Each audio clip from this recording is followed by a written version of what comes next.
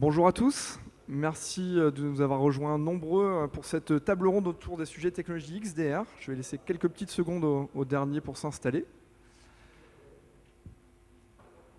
Alors pour cette table ronde, aujourd'hui on va parler plutôt d'un sujet technologique. On va parler de détection de réponse aux incidents de sécurité. Pour situer un petit peu les technologies d'EDR, on situe souvent cette technologie comme étant une évolution, on va dire, relativement naturelle des technologies de type EDR, qui avait vocation à plutôt adresser le périmètre poste de travail et serveur, en tout cas endpoints. Ces technologies XDR, elles doivent permettre de cibler et de traiter les attaques de plus en plus spécifiques dans un périmètre relativement large, d'adresser aussi des capacités de détection novatrices, nouvelles, de permettre de réaliser ce qu'on appelle de la réponse à incident, faciliter ces phases d'investigation qui sont particulièrement complexes. C'est une promesse du coup qui se veut relativement intéressante, notamment pour les entités qui cherchent à développer leur capacité de détection et de réponse aux incidents de sécurité. Donc du coup, ces promesses XDR sont particulièrement nombreuses. Si l'approche gagne du terrain vis-à-vis des clients, est-ce que finalement ce sont des solutions qui sont particulièrement pertinentes? Quelle complémentarité on retrouve avec des solutions plus traditionnelles de SIEM, des dispositifs de SOC, de supervision de sécurité? Alors pour en parler aujourd'hui, on est sous ce format de table ronde avec 3 experts avec des thématiques différentes, avec des personnes qui viennent du milieu de l'édition logicielle, des offres de sécurité, des services d'opération de sécurité. Tout d'abord, je voudrais présenter Marie Lepargneux, CDO, Chief Development Officer chez Tetris, solution justement de plateforme XDR française. Vous êtes diplômé de Polytechnique, docteur en sciences de gestion, et vous avez accompagné pendant plus de 10 ans des dirigeants sur les problématiques de transformation de business model, d'accompagnement au changement en matière d'organisation et de sujets particulièrement autour des solutions technologiques. Bonjour. Bonjour à tous. François-Régis Vigneault, du ministère des Armées. Vous êtes le chef du pôle cybersécurité de l'état-major ComCyber depuis 2021. Vous avez 2 missions particulières, la conduite des opérations de lutte informatique défensive au sein du ministère des Armées et la protection des systèmes d'information de la responsabilité du chef des états-majors des armées. Bonjour à vous. Bonjour. Et enfin, Guillaume Buffier de Login Sécurité, vous êtes le directeur des opérations. Vous avez notamment particulièrement traité les sujets de SOC en client final et en société de service. Vous avez développé cette activité-là et vous apporterez votre retour d'expérience sur ces technologies et sur la profession de détection et de réponse aux incidents de sécurité. Bienvenue, bonjour. Bonjour. Et pour démarrer, je voudrais d'abord juste situer un petit peu les technologies d'XDR. On peut retrouver un certain nombre de fonctionnalités de sécurité. Je voudrais tout simplement vous demander, et peut-être à Marie en premier lieu, finalement pour vous, qu'est-ce que le XDR? En quoi c'est quelque chose d'innovant et qu'est-ce que ça apporte finalement pour l'écosystème cybersécurité? Bonjour à tous. Je pense que vous avez commencé à entendre parler de XDR Platform depuis à peu près 2 ans. En vous disant pour certains d'entre vous, oh, c'est un nouveau terme marketing qui fait part à la fois d'évolution, d'innovation, et puis en même temps, qu'est-ce qu'il y a derrière? Il y a une réalité concrète derrière et qui s'inscrit dans un contexte. Et ce contexte, il est important à comprendre pour comprendre pourquoi est-ce que des XDR plateformes ont été développées. En réalité, elles ont été développées depuis plus longtemps. On a des plateformes en termes de cybersécurité depuis une bonne dizaine d'années. Le terme XDR est en effet un terme qui est venu sur le marché et qui recouvre une réalité de multicapacité en termes de détection, de réponse, avec, si je prends la définition de Gartner, tout simplement, cette multicapacité doit couvrir de la protection à la fois des systèmes, des réseaux et du cloud, avec un certain nombre de modules de cybersécurité. Gartner dit qu'il en faut 3 minimum pour pouvoir prétendre à se nommer XDR Platform. Je vous mets au défi d'aller dans les rangs en bas pour voir si effectivement cette dimension-là est respectée. Elle s'inscrit dans un contexte, bien sûr, vous le savez, de recrudescence des attaques, de complexification, de manque de ressources humaines, et je pense qu'on va en reparler dans cette table ronde de ce sujet des analystes, des SOC. Elle s'inscrit aussi dans un contexte de recrudescence des produits de cybersécurité qui sont nécessaires pour faire face aux menaces actuelles, et on compte en moyenne dans des entreprises de taille intermédiaire 27 produits de cybersécurité. Et on entend dire que dans des grandes entreprises, ça va jusqu'à 75 produits de cybersécurité. La plateforme, elle est là dans un contexte comme celui-ci pour donner des capacités d'hypervision, pour donner des capacités d'interopérabilité entre des modules de cybersécurité avec toute la protection des endpoints, que ce soit aujourd'hui des approches extrêmement tournées vers le Unified Endpoint Security de l'EDR et de l'EPP sur la partie poste de travail et serveur, et puis du MTD sur la partie mobile. On voit de plus en plus de demandes de protection. C'est monté avec l'affaire Pegasus il y a quelques mois déjà, et ça continue. Aujourd'hui, les menaces peuvent passer par ces intermédiaires-là. Et puis Gartner dit il faut une fonctionnalité réseau avec du NTA, du NDR, et ou bien encore du Deceptive Response. Et puis, ils vont intégrer d'autres modules de cybersécurité. De notre côté, on a également du SIEM, puisqu'il nous semble être important d'avoir cette remontée des logs qui crée de la corrélation. XDR Platform, Extended Detection and Response, c'est la capacité à protéger à la fois le cloud, les réseaux et les systèmes à travers des modules qui vont avoir une interopérabilité, une interconnectivité. On reparlera tout à l'heure aussi, je pense, du SOAR, cette orchestration entre les différents modules. Très clair, du coup on comprend le besoin d'unifier la capacité de détection et professionnaliser les capacités techniques de réponse. Guillaume, pour vous, notamment en tant que société de service exploitant de ces technologies, notamment à des fins de SOC, est-ce que finalement les technologies XDR sont une évolution naturelle, une rupture, une professionnalisation de ces technologies? Comment vous voyez ça de votre spectre? Alors, personnellement, je vois ça. Déjà, j'ai du mal à parler d'outils XDR. Je suis d'accord avec le terme employé de plateforme XDR. Ça regroupe quand même un certain nombre d'outils qui ont été cités, donc je ne vais pas refaire l'exercice. Pour moi, c'est une prolongation assez naturelle. Le SIEM avait cette vocation il y a quelques années d'être l'outil qui centralise tout, d'être l'outil un peu magique qui est la plateforme de supervision de l'ensemble de la sécurité. Bon, force est de constater qu'aujourd'hui, les entreprises qui n'ont qu'un SIEM sont un peu en retard sur ces sujets-là. Donc cette approche-là, elle est bonne, elle est composée de plein d'outils. Voilà, pour moi, c'est une prolongation du modèle on a des outils spécialisés qui ont chacun leur domaine, le endpoint, le réseau, le cloud, la navigation web, les mails, qui ont besoin de cohérence, complètement d'accord avec le fait d'avoir une quarantaine d'outils achetés, des boîtiers posés et pas déployés convenablement et pas intégrés avec une cohérence.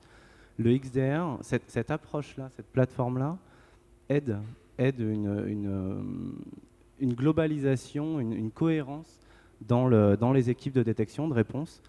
Donc voilà, pour moi, c'est un prolongement naturel. C'est une très très bonne approche à garder pour les équipes de SOC.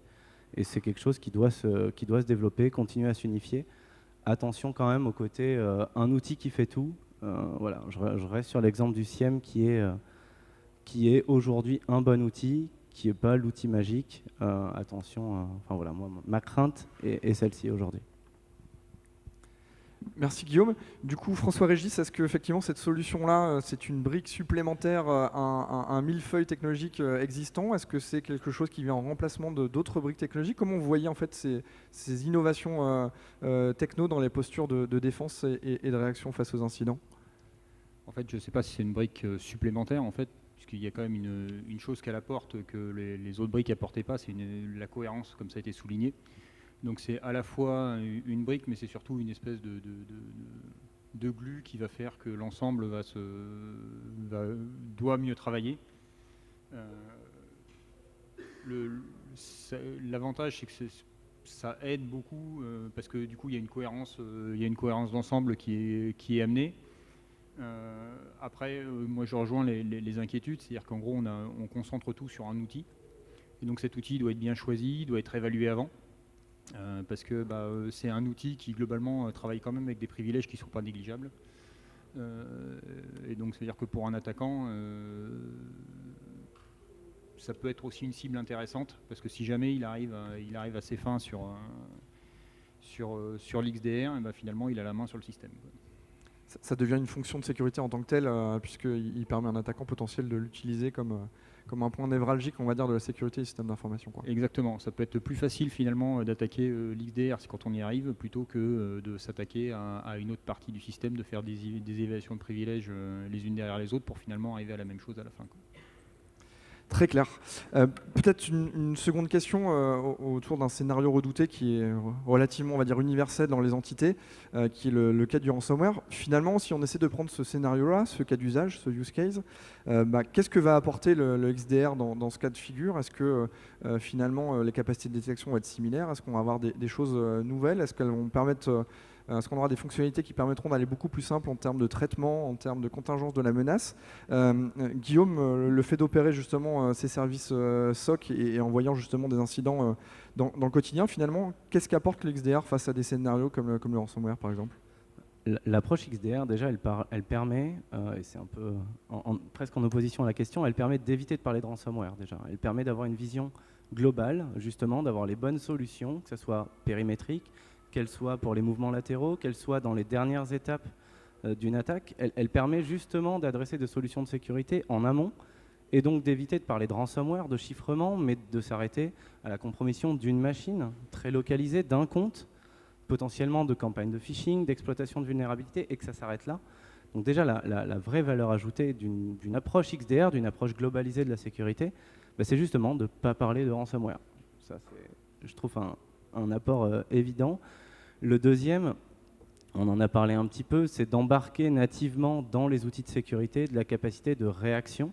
C'est quelque chose qui a manqué pendant longtemps aux équipes sécurité, d'avoir une capacité évidente et simple d'actionnabilité dans la réponse. Il y a encore quelques années, donc il y a 5-6 ans, en travaillant pour le SOC, certes, d'une banque, quand on avait un incident sur un poste de travail, la réponse, c'était soit on remasterise le poste complètement, voilà, bourrin, soit on prend le poste pour comprendre ce qui s'est passé, pour essayer d'investiguer, savoir s'il y avait un peu plus de choses. Et ça voulait dire rapatrier le poste physiquement dans les équipes du SOC, certes. Ça voulait dire analyse forensique du poste, qui est complexe, qui est lourd, ce qui prend du temps, pour ensuite redonner le poste à la personne qui potentiellement n'a pas travaillé pendant ce temps-là. Enfin bref, c'est un travail immense. Imaginez ça aujourd'hui avec le télétravail, avec des présences dans différents pays, c'est pas possible. L'XDR permet ça, permet une intervention rapide, à distance, efficace, avec les bons indicateurs, la bonne télémétrie. Donc c'est une très très bonne approche sur ces scénarios. C'est une visibilité énorme sur les investigations. Ça diminue considérablement le temps d'investigation parce qu'on a directement l'accès à l'information qui nous intéresse, nous, équipe sécu. Et les fonctionnalités de blocage automatique, c'est pas la panacée, ça ne reste que mon point de vue. C'est quand même très intéressant, le jour où il y a un process qui commence à être un peu douteux, de dire ce process-là, automatiquement, je le coupe, je vais investiguer derrière, je vais devoir comprendre ce qui s'est passé, savoir voilà, pourquoi, comment, qu'est-ce qui s'est passé, comment c'est arrivé là. Mais en tout cas, l'impact de cette micro-action-là qui a été prise, mon outil, lui, il peut l'endiguer. Mon équipe derrière va faire le travail, mais mon outil, lui, il est capable de prendre ces micro-actions, plutôt chirurgicales, qui vont être en mesure, du coup, de diminuer considérablement l'impact d'une attaque cyber. Merci Guillaume. Du coup, si on essaie de reprendre justement ce cas d'usage du ransomware, encore une fois assez universel, en quoi du coup justement le XDR est une technologie de rupture pour les équipes opérationnelles, pour la mesure de l'impact d'un incident? Marie, comment vous voyez ça? Je rejoins bien sûr tout ce qui vient d'être dit avec une dimension qui est absolument essentielle, c'est la remédiation automatique sans intervention humaine. C'est le fait d'être en capacité de bloquer un processus informatique sans aucune action humaine et pratiquement en temps réel. Les enjeux, c'est ce qui a été dit en transverse, c'est le temps de réponse et le temps de détection. D'abord le temps de détection, puis le temps de réponse. Et une XDR plateforme permet de diminuer de manière significative ce temps de détection et ce temps de réponse. On considère aujourd'hui, dans les analyses que l'on a pu faire auprès de nos clients, qu'il y a une vitesse de propagation d'un ransomware à peu près de 500 postes par minute. Vous imaginez ce que ça représente. En quelques minutes, une entreprise peut être détruite. Et on le voit dans les entreprises, notamment de taille intermédiaire, certaines ne s'en relèvent pas. Donc ces capacités de détection vont être portées par une approche où on va parler de chief to the left, où on va essayer de remonter au plus tôt les traces de l'attaquant où vous avez votre messagerie, et puis il y a la passerelle de messagerie, où vous avez des produits de type Proofpoint qui vont être là à cette dimension-là. Vous allez avoir des proxys de type Zscaler, vous allez avoir des EDR, et tout ça dans toute cette chaîne. L'objectif, c'est de trouver le bon moment pour attaquer. Un EDR, il va être là au moment de l'exécution du processus. Donc heureusement qu'il est là et qu'il est en capacité lui-même de bloquer. Si on est sur un peu plus en amont, un peu plus à gauche, avec des outils type proxy, type outils de protection à travers la messagerie, eh bien, c'est ce qui permet de couvrir l'ensemble. Donc, dans notre vision de XDR Platform, et là je vais parler vraiment au nom de Tetris, on a une XDR Platform avec 8 modules natifs, avec toute la protection à nouveau des systèmes du cloud et des réseaux, et puis avec un SOAR intégré qui permet d'avoir ces systèmes de détection qui sont très avancés, et en même temps on va s'interconnecter avec des produits tiers pour avoir cette chaîne-là et renforcer ces capacités-là, tout en ayant une capacité de visibilité pour les équipes SOC qui soit centralisée, qui permettent de ne pas multiplier la visibilité sur l'ensemble des produits, mais bien d'avoir des capacités d'investigation, et je pense qu'on y reviendra, de la part du SOC avec des analystes qui apportent beaucoup plus de valeur aujourd'hui sur ces dimensions. Voilà, donc les ransomware, ça touche énormément d'entreprises, on en entend parler. Il faut avoir des approches qui soient beaucoup plus consolidées avec des visions d'hyper-automatisation, avec beaucoup d'intelligence artificielle, avec du machine learning et du deep learning. Le deep learning permettant de dire c'est un chat, c'est pas un chat, c'est un goodware, c'est un malware. Et puis avec cette chaîne-là de détection qui permet de renforcer face à des attaques de plus en plus structurées, de plus en plus furtives, de plus en plus latérales, de plus en plus complexes. Alors, j'ai entendu hyper-automatisation, réaction automatisée, playbook. Finalement, si je suis un petit peu provocateur, le SOC n'a plus tellement sa place. C'est-à-dire qu'on a un outil potentiellement à tout faire qui permet finalement d'adresser en autonomie et prendre les décisions et réagir, et notamment en uniformisant la réaction avec peut-être d'autres sources de sécurité. Est-ce que c'est la réalité finalement? Enfin, François-Régis, est-ce que le SOC est mort finalement avec des solutions comme ça qui sont autonomes? Je pense que c'est aller peut-être un peu vite en besogne. En fait, le SOC, c'est quoi? Si on réfléchit bien, un SOC, c'est d'abord un centre de fusionnement d'informations qui va permettre à une équipe d'analystes de déterminer, en fait, de caractériser en fait, ce qui est en train de se passer pour pouvoir apporter la bonne réponse. Aujourd'hui, quand on regarde dans les SOC, il y a énormément d'actions qui sont répétitives et qui sont complètement qu'on peut automatiser de façon assez simple. Comme elles sont répétitives, en fait, on ne peut pas dire qu'elles génèrent un enthousiasme fantastique chez les équipes qui ont à les mettre en œuvre. Et l'avantage de toute cette automatisation qui est apportée par les plateformes XDR, c'est que justement, on va pouvoir, dans un premier temps, donner une aide à la caractérisation à l'analyste. Donc lui faire gagner du temps sur toutes les parties les moins intéressantes de son boulot pour le concentrer vraiment sur la partie là où il y a le plus de plus-value et là où l'analyste a toute sa valeur.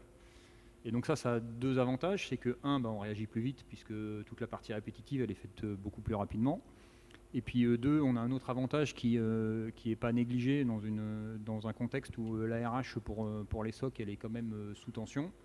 C'est que comme le travail est plus intéressant, en fait ça participe aussi à la fidélisation des équipes et ça c'est loin d'être négligeable. Après, il y a un autre aspect aussi où le SOC va intervenir, c'est-à-dire qu'en gros, l'XDR, c'est pas automagique, quoi. C'est une fois qu'on a mis la plateforme, en fait, on va pas prendre un café et tout se passe tout seul, même s'il y a des trucs automatiques.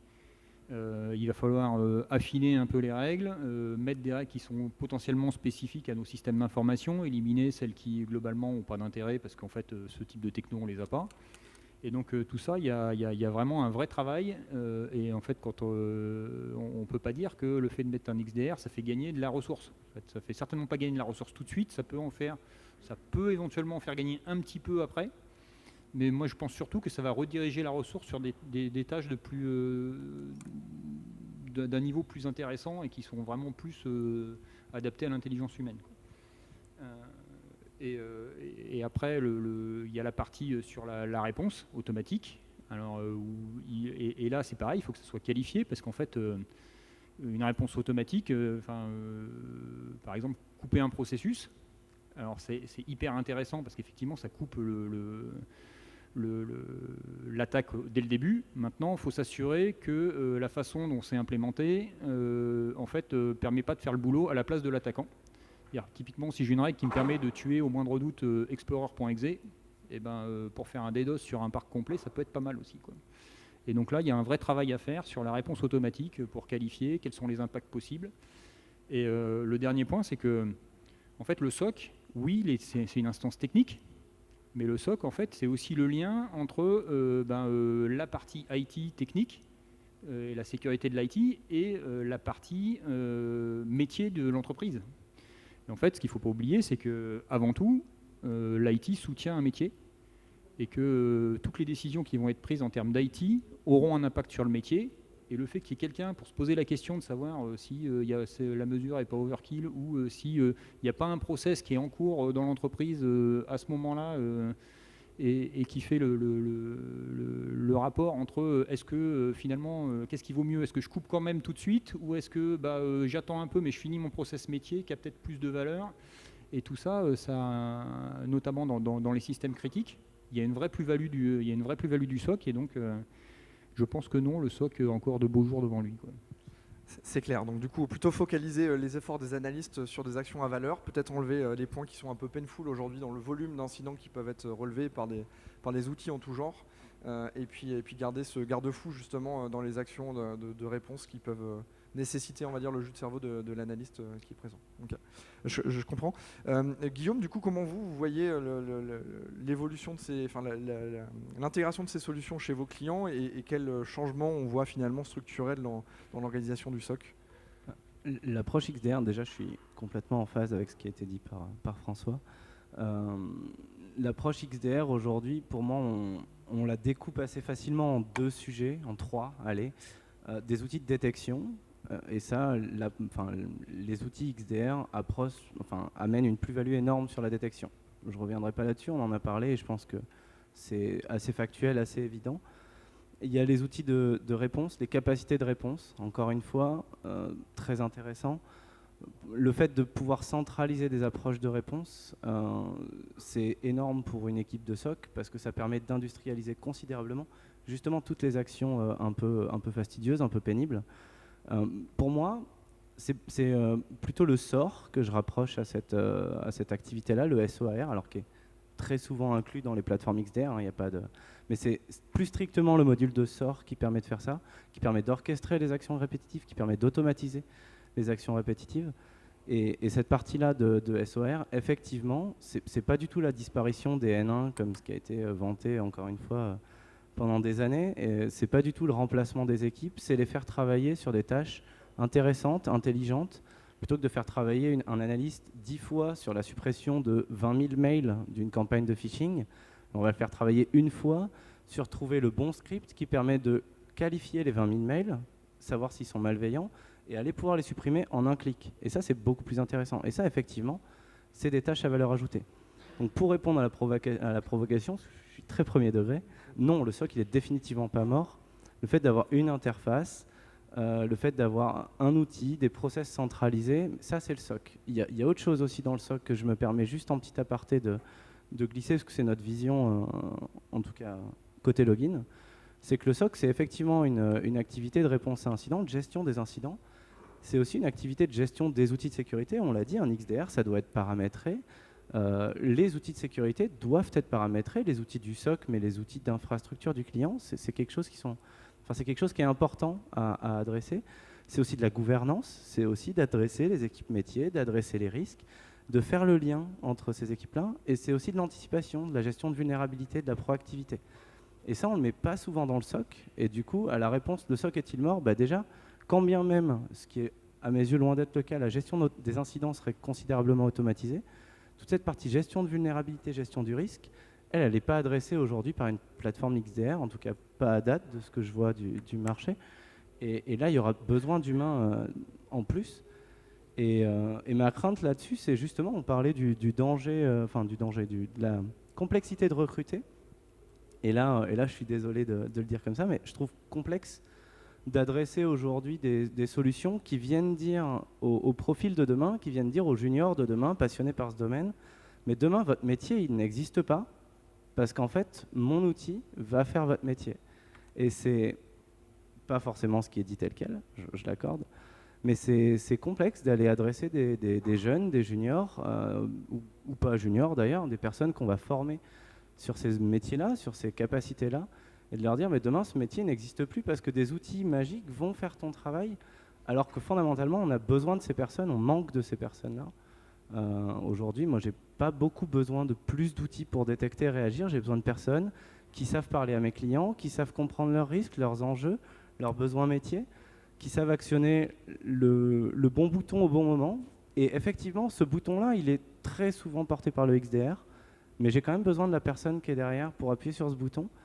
Et donc, je demanderais à tout le monde, en tout cas, de faire attention à ce discours de « on n'a plus besoin des gens ». Parce que c'est peut-être vrai dans un cas particulier de certains sujets, mais on a besoin des gens pour le métier de la cyber, pour adresser les incidents, les vulnérabilités, la gouvernance, enfin bref, tout ce qu'on vient de citer.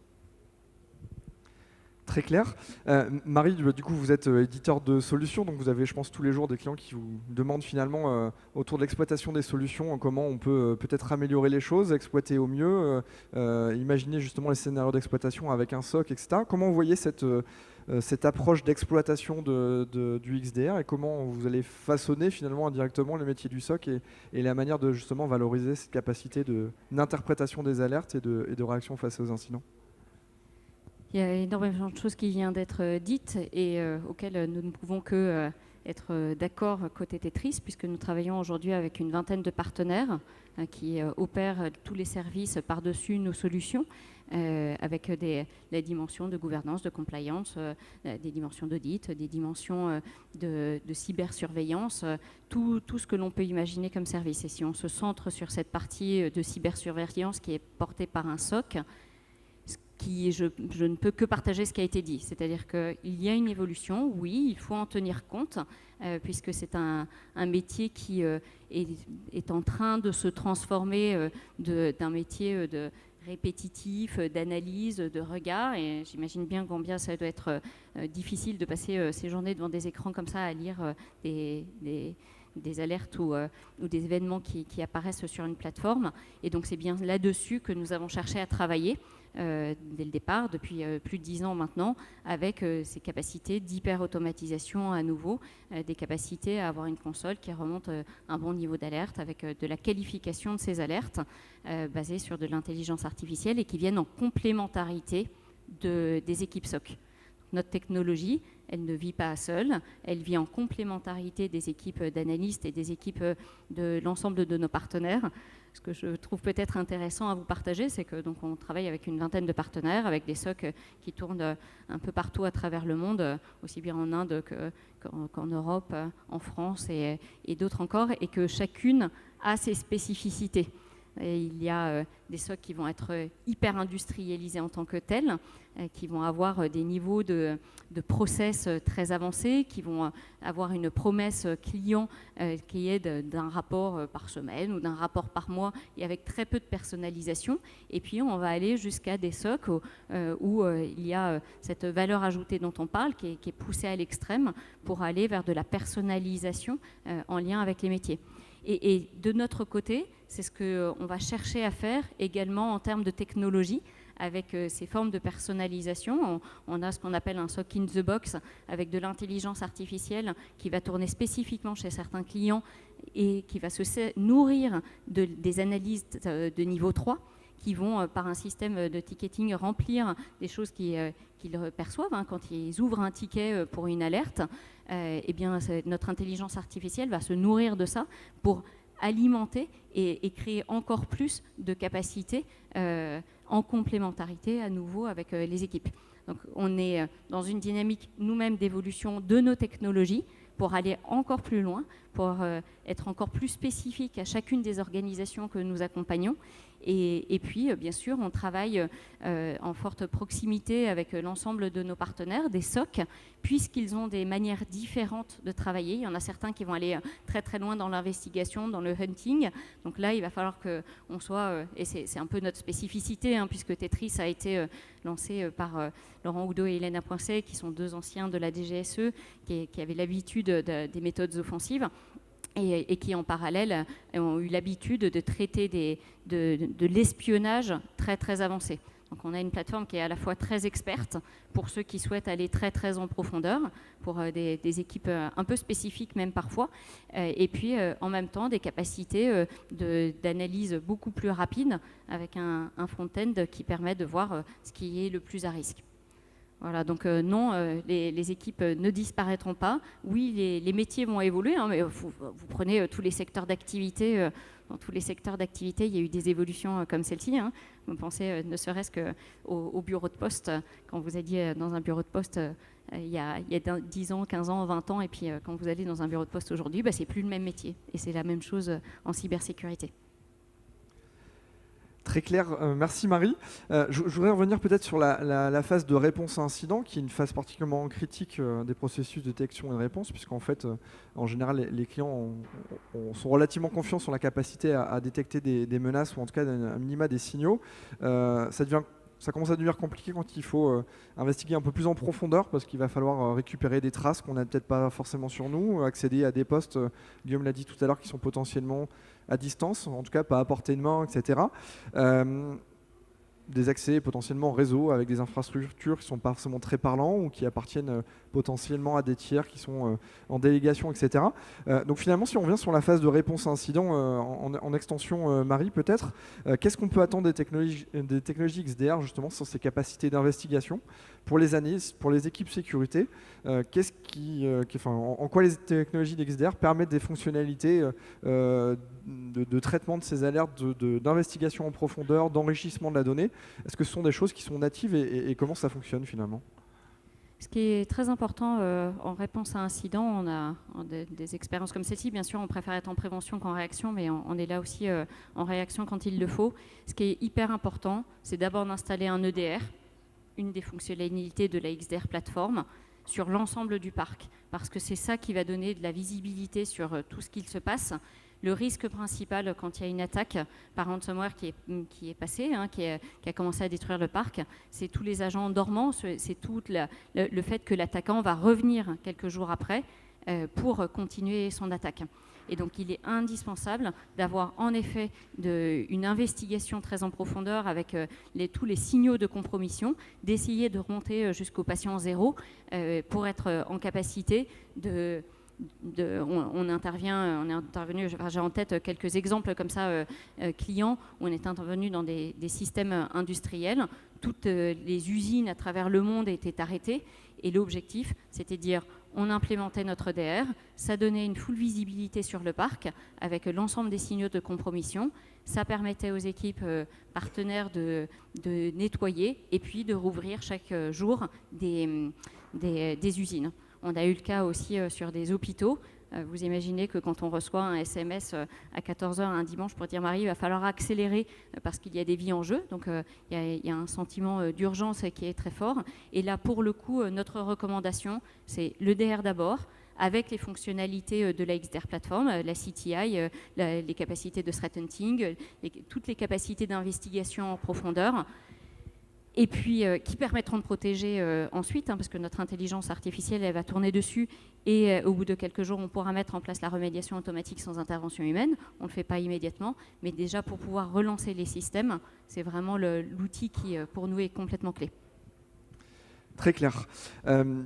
Guillaume, en étant chez Login, finalement, vous travaillez pour des clients avec votre SOC, donc vous avez en plus potentiellement pas forcément accès à l'ensemble des infrastructures de votre client. J'imagine du coup pour les analystes, ça peut potentiellement être un peu compliqué finalement de réaliser des investigations, parce que vous avez peut-être des informations parcellaires ou des briques d'informations sans en avoir forcément l'entièreté ou l'autonomie pour être capable de collecter des éléments complémentaires et investiguer face à des incidents. Finalement, c'est quoi le retour d'expérience des technologies XDR sur cette capacité à investiguer plus en profondeur profondeur? Est-ce que vous y gagnez du temps? Est-ce que vous y avez des informations plus complètes? Finalement, c'est quoi ce retour d'expérience sur cette technologie en matière de réponse? Clairement, oui, des informations plus complètes, plus qualitatives, beaucoup plus de visibilité, on en parlait, le fait de collecter non plus seulement des logs, mais potentiellement de la partie réseau, de la télémétrie qui aide énormément, du contexte aussi, du contexte de threat intelligence, du contexte client. On agit en tant qu'MSSP, donc on a une partie référentielle du contexte client, la liste des personnes, la liste des assets par exemple, savoir que ce poste infecté, c'est le poste de l'ADG, de la compta ou d'un admin IT. C'est 3 réactions différentes à un même problème technique, qui peuvent être différentes en tout cas à un même problème technique. Donc tout ça, oui, c'est un intérêt énorme et le XDR permet cette automatisation-là. Déjà de l'analyse, de l'enrichissement de l'alarme, de la priorisation de l'alarme.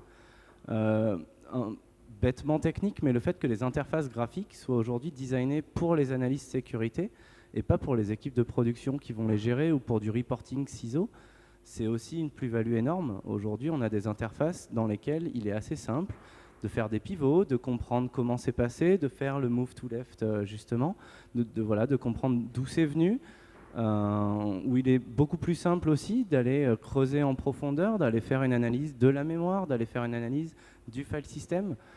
Ça, il y a 5-10 ans, c'était de la ligne de commande, des bons gros scripts développés pas très bien, plus ou moins fiables. Là, aujourd'hui, on a une belle interface très claire avec un dark mode, même s'il faut, très joli. Bref, c'est très intuitif. On gagne, ça paraît bête, hein, mais c'est très intuitif. On gagne un temps énorme à ça, déjà parce que le côté répétition est bien simplifié. On automatise beaucoup, grâce au SOR notamment. Toute cette partie d'investigation, d'analyse, d'enrichissement de la menace, il est quasiment automatisé. Et lui, pour le coup, il n'a pas la problématique de est-ce que cette automatisation va avoir un impact? Non, c'est de l'automatisation pour moi, d'aller chercher ce hash sur virus total. Encore, ça pourrait avoir un impact. D'aller chercher que cette machine-là, c'est la machine de telle personne et que telle personne est dans tel pôle de l'infrastructure, de l'administration. Mais ça n'a aucun impact. Je sais que je vais blesser personne en faisant ça. Donc tout ça, on va pouvoir l'automatiser très simplement et donc gagner un temps qui est très précieux dans l'investigation pour justement avoir une réponse qui est plus rapide, plus qualitative, plus soignée, plus précise. Du coup, et un impact dans la gestion des incidents qui est fortement atténué du coup. Donc oui, évidemment, et gros oui pour la plus-value qu'apporte le XDR, donc les SOR, les EDR complètement en phase, les sondes réseau sur cette partie investigation et capacité de réponse.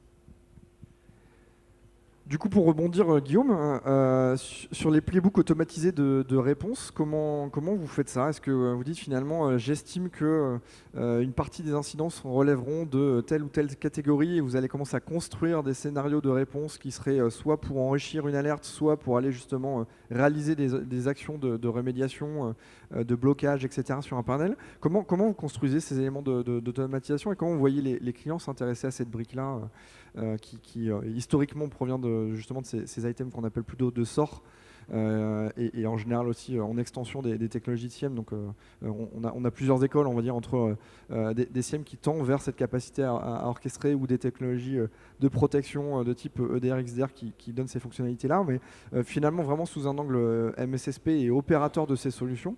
Comment vous voyez cette automatisation et quel est votre retour d'expérience pour les clients qui commencent à mettre en place ces workflows? Le SOR, j'ai parlé du coup plutôt de SOR sur ces parties-là. Le SOR, c'est un atout évidemment évident. C'est un atout très fort puisqu'il va nous permettre de standardiser l'ensemble de nos réponses, quels que soient les outils de détection. Et ça, pour moi, c'est important. Que ce soit un EDR qui me remonte un process malveillant, un EPP qui n'a pas des capacités d'EDR, un collaborateur qui dit mon poste agit bizarrement, et donc sur le fait qu'on doive investiguer pour ça. Tout ça, on va traiter des sujets, pour l'exemple que je viens de prendre, par exemple, de compromission de machine. Une campagne de phishing, qu'elle soit détectée par mon email gateway, qu'elle soit détectée par un collaborateur qui est sensibilisé et qui se dit tiens, ça, c'est pas normal, qu'elle soit remontée par un outil quelconque, Casby, ou voilà.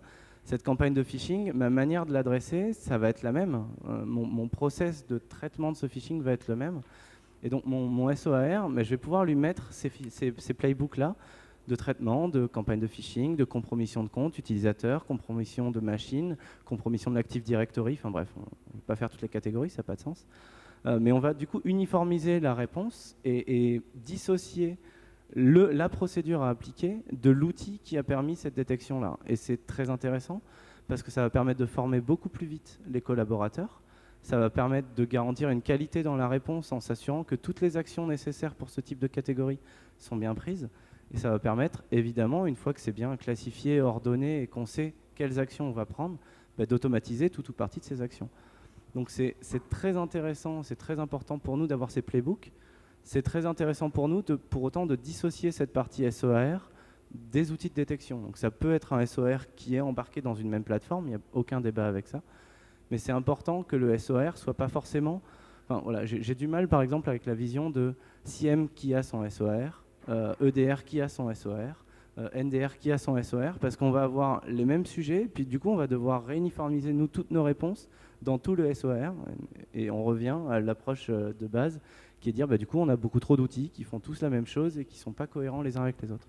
Donc c'est très intéressant de pouvoir s'adosser sur des frameworks et un outil qui va piloter la réponse, le playbook, l'automatisation.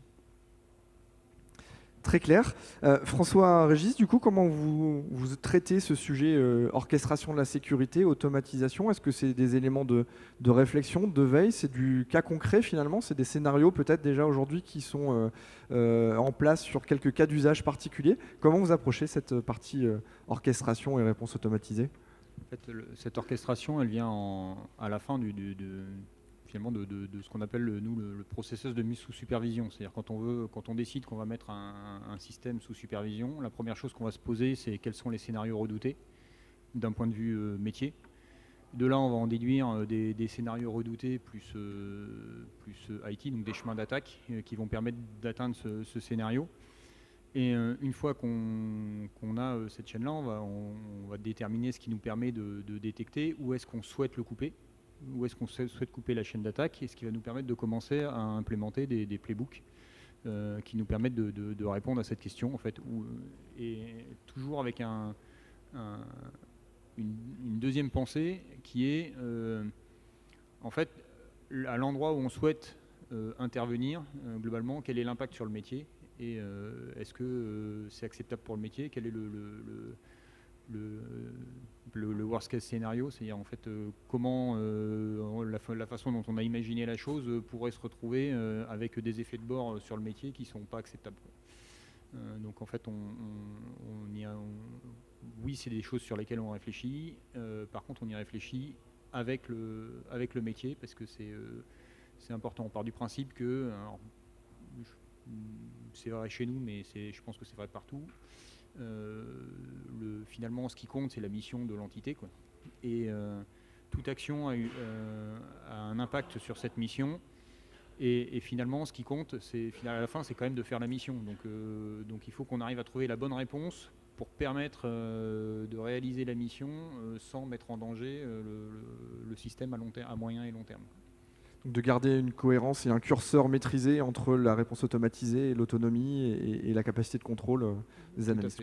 Exactement. Ce qui compte, c'est on va essayer de faire des réponses automatiques quand ça permet d'avoir un apport important dans la rupture de la chaîne. En revanche, si cette réponse elle est susceptible d'avoir des scénarios où ça dégénère et finalement à la fin d'être capable de faire le boulot de l'attaquant à la place de l'attaquant, on va voir s'il n'y a pas une autre matière de faire. Très clair.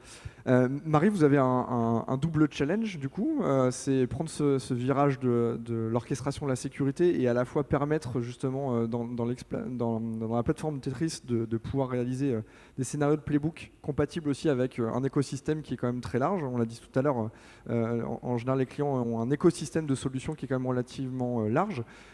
Quelle est votre vision du coup de l'orchestration de la sécurité? Comment on met en place de l'orchestration? Est-ce que c'est une voie naturelle dans la maturité d'un client et comment vous aidez justement les clients à prendre ce virage et à gagner en automatisation, en rapidité et en simplicité d'action? Dans l'histoire de Tetris, Laurent Oudot et Elena Poincet, les deux cofondateurs, ont eu dès le démarrage la vision de plateforme. Ça ne s'appelait pas XDR Platform, ça s'appelait eGambit à l'origine. Et donc ce soir, intégré à notre plateforme, et là pratiquement depuis l'origine, parce qu'il y avait cette vision d'orchestration entre les différents modules natifs dans notre XDR Platform. Et puis vient un deuxième mouvement, qui celui-ci est important, et je pense que c'est ça dont tu veux parler, Christophe, c'est de l'interconnectivité, de l'interopérabilité ou de l'opérabilité avec des produits tiers. Donc oui, ça prend un petit peu de temps. Ça veut dire que nos équipes de R&D sont mobilisées sur ce sujet-là pour avoir des interfaces qui permettent dans la définition des playbooks d'aller plus loin, d'aller plus vite. Et je dirais que ça se fait de manière progressive, que c'est absolument indispensable, encore une fois, au regard de la complexification des attaques, que d'avoir un SOAR non seulement intégré, ça on l'avait, on avait déjà des playbooks, mais aussi d'avoir cette vision avec des produits tiers qui viennent en complémentarité des modules que nous avons dans notre XDR Platform et qui sont natives. Si je donne un exemple parmi d'autres, l'EDR va détecter une attaque et puis on sait que cette attaque elle est liée à des dimensions de la messagerie. Il faut être en capacité d'aller blacklister immédiatement dans les systèmes de messagerie les systèmes qui seraient mis à risque. Donc c'est tous ces éléments d'automatisation nouvelles et qui se font progressivement. Mais oui, c'est une vraie vision que l'on a, avec une autre dimension peut-être dont on a moins parlé, enfin, même si vous l'avez évoqué l'un et l'autre un tout petit peu, c'est toute l'analyse comportementale. C'est de dire, j'ai quelqu'un qui se connecte en même temps au Congo, en Russie et aux États-Unis, c'est la même IP, c'est pas tout à fait normal. Donc dans cette vision-là d'analyse comportementale, elle est également indispensable. Je voudrais juste revenir sur un point que vous avez dit, François-Régis, quand vous disiez, on se pose quand même la question de l'XDR Platform, est-ce que c'est pas un vecteur d'attaque en tant que tel, est-ce que c'est pas une cible? Il est bien évidemment absolument indispensable de travailler sur le security by design de nos outils. On se fait pen-tester tous les jours, pour regarder toutes les failles que nous pourrions avoir, parce que nous sommes conscients que nous travaillons dans la cybersécurité et que nous sommes des cibles potentielles. Et donc cette dimension-là, en tout cas, elle est complètement prise en compte. Je ne sais pas si c'est la nature même de la XDR Platform qui rendrait les choses plus vulnérables ou avec plus de failles, ça, je ne suis pas complètement sûre. Mais par contre, de s'assurer qu'on a une vraie sécurité dans nos systèmes propres, ça c'est absolument indispensable. Donc on peut intégrer les traces de l'XDR dans le SOC particulièrement pour superviser justement ses propres outils de sécurité, pourquoi pas, finalement c'est une possibilité également, quoi. Pour prendre un petit peu de recul, moi je voudrais vous poser une question individuellement sur la réflexion et l'approche que vous auriez pour, en tout cas les conseils que vous donneriez finalement à un client qui se repose la question de se dire mais c'est quoi ma stratégie de détection, c'est quoi ma stratégie de réponse? Comment j'aborde tout ça? Est-ce que c'est un axe technologique? Est-ce que c'est un axe de process? Est-ce que c'est une organisation? Est-ce que c'est des people? Est-ce que c'est tout ça? Et en fait, finalement, si je vous pose cette question assez ouverte, quelle est votre approche justement pour repenser cet axe de détection et de réponse?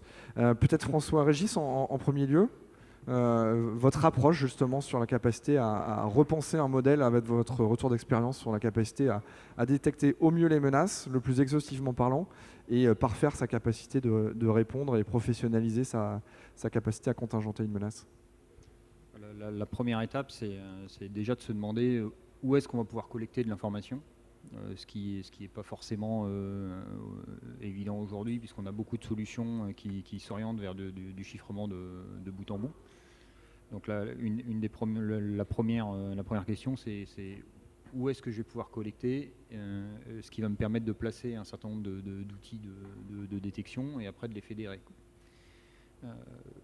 Donc le deuxième aspect, c'est de faire l'état de qu'est-ce que j'ai déjà comme solution.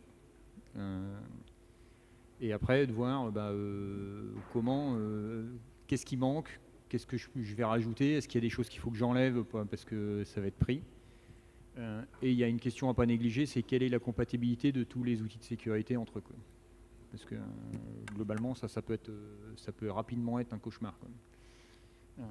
Donc une fois qu'on a fait tout le tour, on va généralement se retrouver avec quelques solutions à ajouter, vraisemblablement, peut-être une ou deux à enlever, mais surtout quelques-unes à ajouter.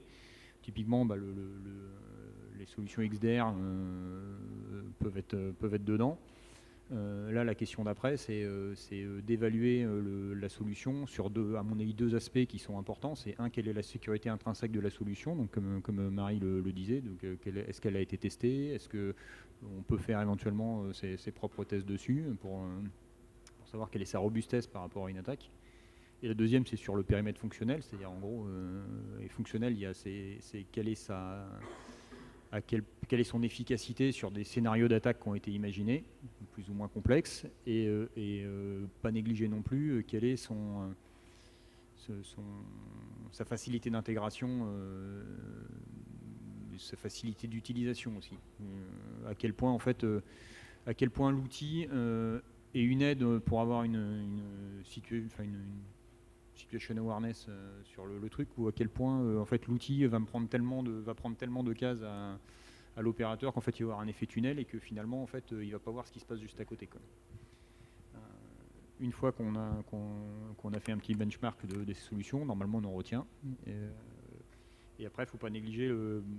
Après, c'est un vrai projet informatique, c'est-à-dire qu'en gros, il va falloir le déployer, il va falloir l'intégrer, et une fois qu'il est déployé et intégré, il va falloir se poser la question de qu'est-ce que je mets comme règle dedans. Il va falloir faut pas négliger la phase aussi de déverminage entre guillemets, parce qu'en fait, même si le système est bien fait, chaque système d'information a ses spécificités, et donc au début on n'est pas à l'abri, et c'est même à peu près certain qu'on en aura, des petits effets de bord, des faux positifs, et qu'il va bien falloir traiter pour que ça reste efficace. Donc c'est un vrai projet d'ensemble qui nécessite des moyens. Bon, il y a forcément un peu de moyens financiers, il faut un peu de temps parce que faut tester, donc et puis il faut surtout de la RH et de la compétence, quoi. Et donc ça, je pense que c'est un point à ne pas négliger. Un agrégat et technologique, couverture, capacité d'obtention de traces et effectivement sa capacité à exploiter et avec les problématiques de MCO et capacité à analyser ces alertes. C'est très clair. Guillaume, du coup, avec le retour d'expérience, finalement, si vous êtes face à un client qui vous demande finalement si je dois repenser ma posture de détection et de réponse, quelle stratégie, quelle approche, quelle méthode, quel référentiel peut-être, comment vous apporteriez une réponse par rapport à ça ? Alors, ma réponse, le client va me détester, mais je vais déjà lui dire pourquoi adresser simplement la partie détection-réponse. Je pense que ce qu'il faut adresser avec ces clients-là, c'est les risques cyber, enfin les risques de manière générale. On va se spécialiser plutôt sur les risques cyber et sur cette approche opérationnelle. Mais je pense que adresser ça et dissocier d'adresser un risque par la partie détection-réponse et par la partie gestion de la proactivité et vulnérabilité, c'est potentiellement louper déjà des moyens de traiter le risque plus efficaces d'un côté que de l'autre. Donc le premier sujet, ça sera déjà de prendre du recul et de dire c'est quoi les événements redoutés, c'est quoi les risques. Et peut-être que ces risques-là, traiter la détection et la réponse de cette partie-là, c'est coûteux, c'est complexe, c'est potentiellement même des fois impossible. Il y a des attaques aujourd'hui qui ne laissent quasiment aucune trace, qui sont très très très complexes à détecter en l'état. Par contre, patcher la vulnérabilité à l'origine qui rend cette attaque impossible, c'est relativement simple. Et donc, pourquoi pas utiliser cette solution plutôt que l'autre. Donc, repartir de l'événement redouté, repartir de la complémentarité entre l'état de sécurité qu'on doit faire monter et le suivi des événements de sécurité qu'on doit monitorer, savoir détecter, réagir dessus. Déjà, là, il ne m'apprécie pas parce que je n'ai pas trop répondu à sa question. Mais ensuite, je vais surtout lui dire d'avoir un centre de service. Alors un centre de service interne, hybride, externe, peu importe, d'avoir des compétences. Parce qu'une fois que ces compétences sont là, qu'elles sont organisées, qu'elles ont des process, qu'elles ont des moyens, qu'elles ont un soutien de la direction, etc., etc., ces compétences-là, elles vont être en mesure de savoir s'outiller, de savoir quoi faire, quoi regarder, d'étudier, qu'est-ce que je peux collecter, qu'est-ce qui me manque dans cette collecte. Comment je peux réagir à tel événement, comment je peux m'interfacer avec tel métier pour faire avancer les choses. Donc voilà, dans un premier temps, ce qu'on conseille nous à nos clients, c'est de choisir une équipe, un centre de service. Alors forcément, on va préconiser le nôtre, c'est évident, mais pas forcément. Cette approche-là, elle est vraie quand bien même on ne soit pas en mesure de faire le service. C'est choisissez votre organisation, choisissez votre manière de fonctionner Et naturellement, les choses vont avancer autour. Les équipes vont choisir des outils avec lesquels elles sont à l'aise, ils sont efficaces. Les process vont les guider justement pour aller plus vite, pour aller mieux. Et adresser, du coup, pour conclure, adresser en parallèle cette partie gestion de vulnérabilité. Ne la laissez pas de côté, ne partez pas du principe qu'aujourd'hui, on a des très bons outils, et les XDR en font partie, pour la détection, pour la réponse, et qui nous permettent d'être efficaces sur ces sujets. Ce n'est pas pour autant qu'il faut laisser le parc en friche parce qu'on peut répondre vite à un incident. Oui, un ransomware, ça se déploie très vite en GPO. Mais oui, on peut monter le niveau de sécurité de son AD pour éviter que l'attaquant arrive sur l'AD pour déployer sa GPO de ransomware, justement. Donc il y a beaucoup d'approches qui sont complémentaires. Et cette gestion du risque opérationnel, pour moi, elle doit se faire et par la gestion des incidents et par la gestion des vulnérabilités et évidemment par une gouvernance qui est commune aux deux. Et ça, c'est forcément porté par une équipe, comme on l'a dit. Merci Guillaume. Marie, même question. Du coup, quelle stratégie, quelle posture, quelle réflexion on doit avoir si on veut justement s'interroger sur sa stratégie de cyberdéfense, sa capacité à détecter les menaces, à les prévenir, à y réagir. Quelle est votre approche du coup pour répondre à cet enjeu en oubliant, on va dire, presque le passé, en reprenant les choses avec votre vision? Je crois que je vais aller assez vite parce que j'ai à peu près la même vision que Guillaume là-dessus. Ça dépend beaucoup du niveau de maturité de l'organisation. Il est important au départ de connaître ses risques et de connaître ses assets les plus précieux, les bijoux de famille ou les bijoux de l'entreprise. Et ça, c'est la première étape. C'est une étape d'analyse. Et en fonction... Vous avez déjà une politique de cybersécurité, vous n'en avez pas. Est-ce que vous avez déjà des outils, vous en avez peu? Est-ce que vous avez un SIEM? Est-ce que vous avez un EDR? Est-ce que vous avez une équipe? Est-ce que vous n'avez pas d'équipe? En fait, on ne va pas rentrer par la même problématique selon ce niveau de maturité. Donc, la première chose, c'est l'analyse du niveau de maturité au regard des échanges que vous pouvez avoir entre pairs. Et puis, l'analyse des risques et des assets et de ce qu'il faut protéger. En priorité. La deuxième chose, je rejoins Guillaume là-dessus, c'est d'avoir une organisation. C'est hyper important de savoir si vous voulez être dans un modèle qui est complètement internalisé, dans un modèle hybride ou dans un modèle externalisé, parce que ça nous permettra de travailler, nous, en tant qu'éditeurs de logiciels, avec les équipes qui ont d'ores et déjà une première vision de ce qu'elles souhaitent mettre en place et qu'on pourra accompagner au regard de cette vision-là qui est partagée.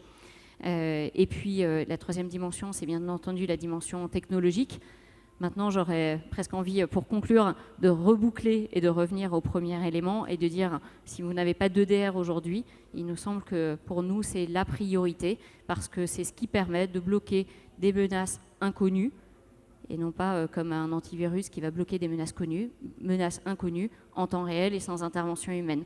Et aujourd'hui, au regard de la recrudescence des ransomware notamment, eh bien, c'est absolument indispensable. Donc, une fois qu'on a dit tout ça, il y a un beau process et puis il y a un élément clé qui peut faire revenir la partie technologique au démarrage. C'est si vous avez des bijoux de famille à protéger et que vous n'avez pas d'EDR. Ça, c'est ce qui nous semble être, nous, Tetris, la première brique à installer.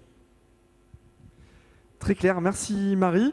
On arrive au terme de cette table ronde. Je vous remercie beaucoup pour votre attention. En synthèse, ce qu'on peut retenir, c'est qu'effectivement cette approche XDR est dans l'évolution, on va dire, naturelle des technologies de détection que l'on a pu connaître en couvrant un large spectre, en se dotant de capacités particulière autour de l'orchestration, de l'automatisation, de la réponse à incident, avec un outil qui, by design, permet aux analystes d'opérer des incidents de sécurité de la manière la plus fluide possible.